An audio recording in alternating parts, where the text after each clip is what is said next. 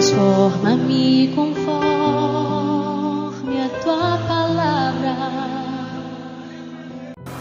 Shalom, irmãos e irmãs, que a paz de Deus, que excede todo entendimento, continue a guardar seu coração e mente em Cristo Jesus. Capítulo 7 de Neemias, capítulo, eu diria, de uma transição no livro de Neemias, porque até o capítulo 6 foi o projeto, o chamado para a reconstrução, a própria reconstrução, e no capítulo 6 nós vemos que a obra foi concluída.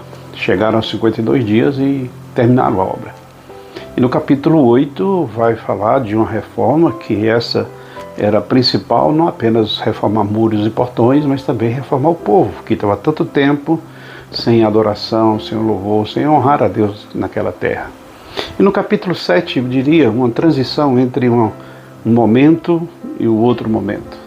E nesse capítulo 7, nós vimos como Deus começa a escolher algumas pessoas importantes para colocar em algumas posições. Porque Deus conta com pessoas, o importante são as pessoas. O muro trouxe tranquilidade, porque a cidade agora estava protegida com os muros erguidos. Mas ainda tinha muita coisa para fazer. E Deus conta com pessoas. São as pessoas que realizam a obra de Deus, são as pessoas que fazem com que o reino de Deus cresça aqui. Por isso que é tão importante o engajamento, tão importante a participação. Quem está no projeto de ler a Bíblia toda, chega aqui no capítulo 7 de Neemias, pode ver uma leitura um pouco desafiadora, porque são vários nomes. Durante esses 73 versículos do capítulo 7, vai falar de várias genealogias. Mas percebe que esse registro é porque são importantes as pessoas. Nós vamos ter, durante esses versículos aí, citando o nome de pessoas. O indivíduo é importante, não somente o indivíduo, mas como famílias são importantes. Tem vários grupos familiares. Os filhos de fulano eram tantos, os filhos de ciclano eram tantos. E depois vai destacar o nome de mais algumas pessoas.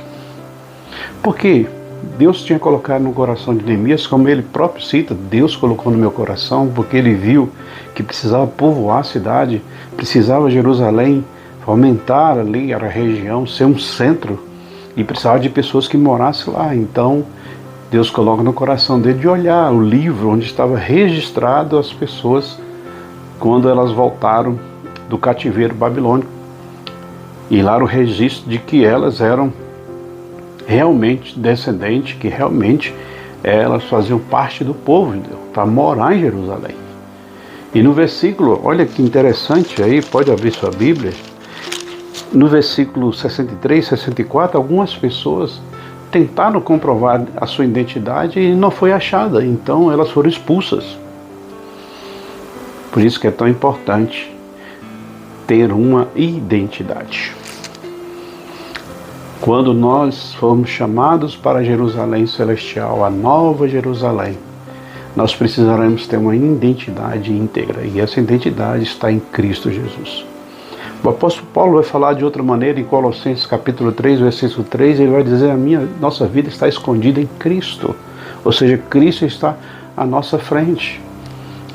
Nossa identidade, como o próprio nome nos diz, como nós somos chamados de cristãos, porque quando pela primeira vez foram chamados de cristão lá em Antioquia, no início da igreja primitiva, é porque eles eram considerados pequenos cristos. Pessoas olhavam para eles e viam ali um testemunho de Cristo, e por isso eles foram chamados cristãos. Quando nós somos chamados de cristão, não deve carregar em nós muito mais do que um título, muito mais do que uma nomenclatura, mas uma identidade, porque as pessoas veem em mim atitudes de Cristo. A minha identidade é cristã, eu sou um cristão. E quando foi exigido, não é assim que se faz, quando vai se apresentar em determinado lugar, se exige uma identidade que comprove quem você verdadeiramente é. Nós, quando fomos chamados a se identificar, comprovar quem nós somos, verão que verdadeiramente nós somos cristãos. Para morar na Nova Jerusalém, na cidade celestial, nós precisamos ter, sem sombra de dúvida, essa identidade. Eu sou um cristão. Porque pessoas são importantes, o indivíduo é importante. E Deus nos chama para uma grande obra.